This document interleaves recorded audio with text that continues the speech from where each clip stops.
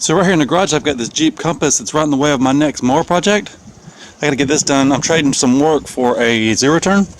And we gotta change these lower control arms. They got new ball joints. I've already changed all the brakes. It used to have pedals for when it was a male Jeep. Took those out. A bunch of interior stuff had to be done to it. And the big goal today is to get these 4 motor mounts and this rack and pinion system put in. I think I'm gonna crawl under there with the impact gun and just take everything off, rip it apart real fast, get it done. So I'm trying to keep this video quick and dirty. I took the tires and wheels off. I got it up on jack stands. I got the tires and wheels and the ramp stuff down there in case it wants to fall. It can land on those. Anyway, I popped off this tie rod end. I've got the bolt out that holds the ball joint on. What else?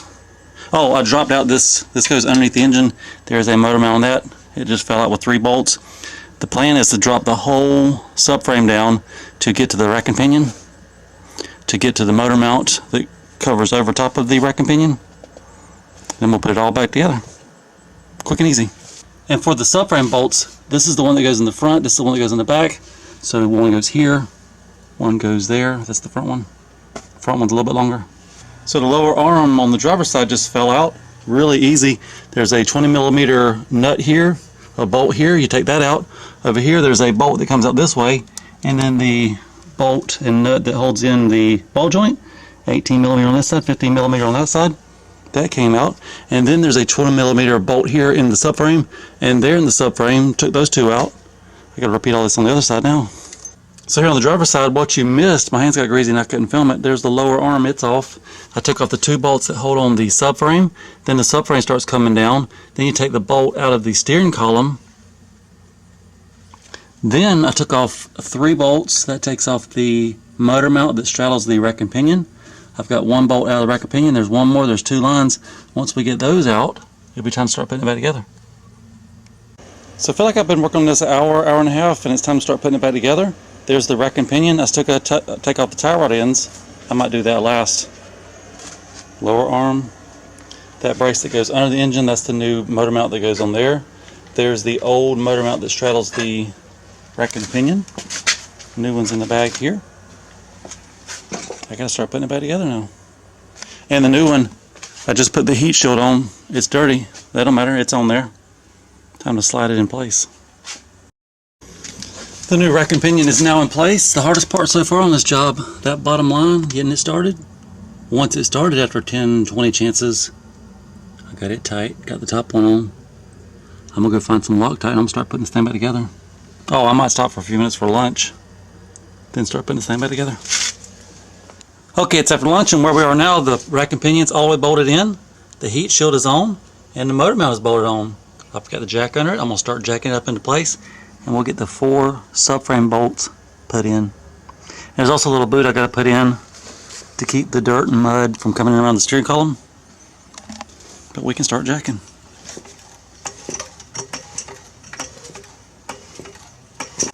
Good news, the subframe is in. The 4 bolts that hold it in, these, they're tight. The motor mount bracket, it is bolted on. It's got 3 bolts, they're tight. The bolt going through the motor mount is tight. The motor mount's on. Up next, I got a brace that goes across here. It's got the new motor mount already on. It's ready to go in place. Once we get this on, we'll be putting lower control arms, ball joint, tire rod in, put the tire wheel on, repeat on the passenger side, and this job is done. So there's the lower control arm for the passenger side. This side is already on. This side is finished except for tire rod end.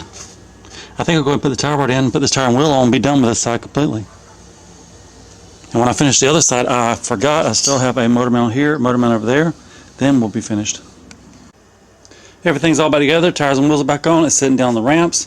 I'm now going to drive it off the ramps. That way I can work on the other 2 motor mounts, which are down here somewhere. There's one. And there's one. The Jeep is now back down on the ground. I've got this motor mount, somewhere in here underneath these, and somewhere in here underneath these. I'm going to dig in and see what I can find, get these put on, shut this hood. So it took about 3 minutes and 3 bolts. As I bolted in this one, I bolted in this one, and I bolted in that one. And now you can see the motor mount, which has a bolt going through it, and then 3 more bolts. That shouldn't be too bad. And here's the new one. Quick and easy. Number 3 is in. I got to put all these reservoirs back in place, and then we'll jump on that air box, see if we can find number 4. And now on the 4th and final motor mount, I think we saved the best for last. I got the brain box, the air cleaner box is out of the way. Way down here, I think I can leave the fuse box. There's a nut under here, there's a nut there. If I can get this bracket out of the way, I can see the motor mount. I'm going to try to get that bracket, I'll be right back with you. There's the old, here's the new. It's time to put the new one on. This one was the best because it had very little space to work. What a pain. Anyway, we'll get it put back on. We'll be done with this. Feels like I've been working on this all day long with this daylight savings time. This is 6 o'clock, black dark. Anyway, good news. The last and the biggest pain is in that motor mount. Now I got to get all the air box, the computer back in, the battery back in, and we're going to wrap this up. So close I can almost feel it. This is the bracket for the computer. It goes on here. There's 2 nuts. The air box goes into these 2 holes. The battery box is back in. There's 4 bolts and a nut that holds it in. And then, I do need to get some power steering fluid for it before we can test drive it. Other than that. So the Jeep is all put back together. There's the battery. There's the air filter box. And I've got one more piece. I could probably do it with one hand. It goes something like that. Done. I'm about to close the hood, call it finished. Test drive tomorrow maybe. The official last step that I can think of is add power steering fluid, bleed the system, and test drive. And I'm sure I'll need a whole bottle. I'm just going to dump it in there. And when we start it up, the engine does not shake now. Let me fire it up and get some of that stuff pumping.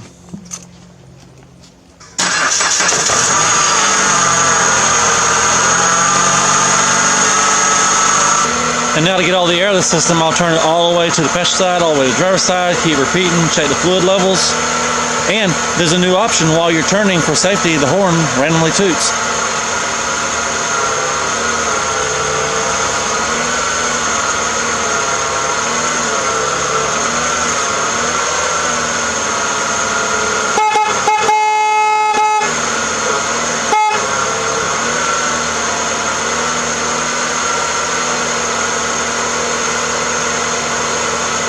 That random tooting could get you some road rage in the parking lot. I might just have to unhook the horn. The level went down, I'm going to put another shot in.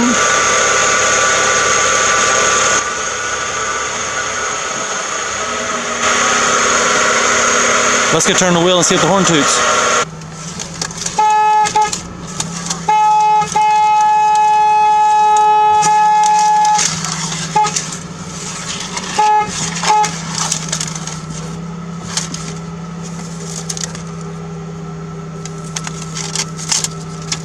I don't think that was supposed to happen.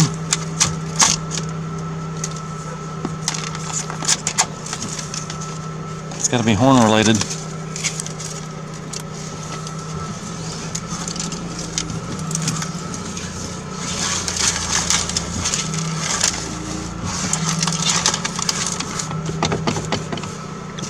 Well, we wound up with a rebuilt front end and no horn. So just turn the steering wheel back and forth about 10 times. Let's check the level. Level looks good. And then look at how solid the engine is when we rev it.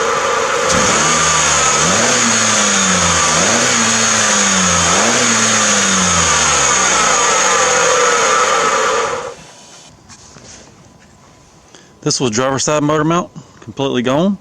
This was passenger side motor mount, had a good crack in it. This was the one directly under the engine. It looks okay on this side, but this side you can see a crack. It was ready to go.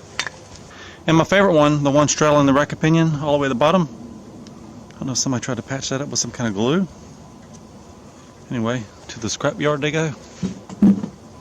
I just hauled off some scrap metal, now we're getting more.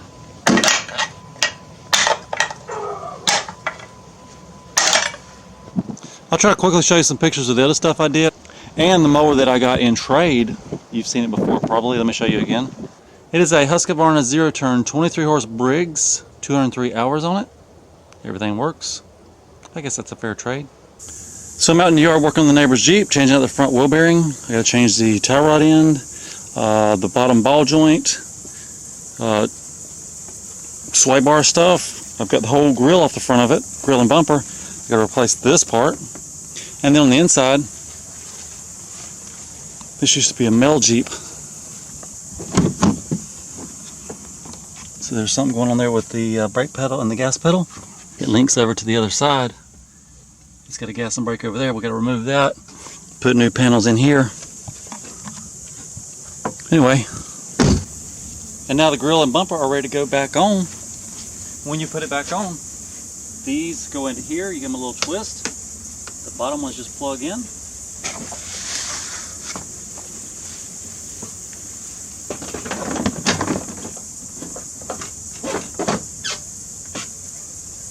And that's what she's going to look like.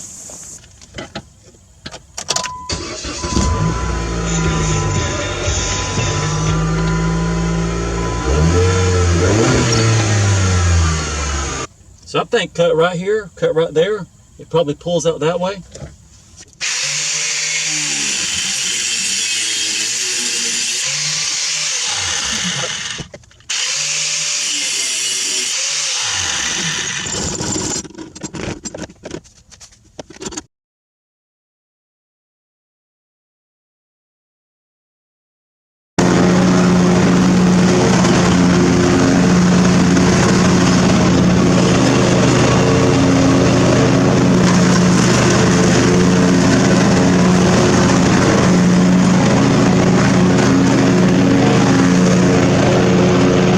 And at the beginning of this video, I said I had to get this Jeep done so I could start on my next mower project. This is Poland number 2. I'm calling it Fast Mowers. I want it to be my fastest mower yet. That video coming soon.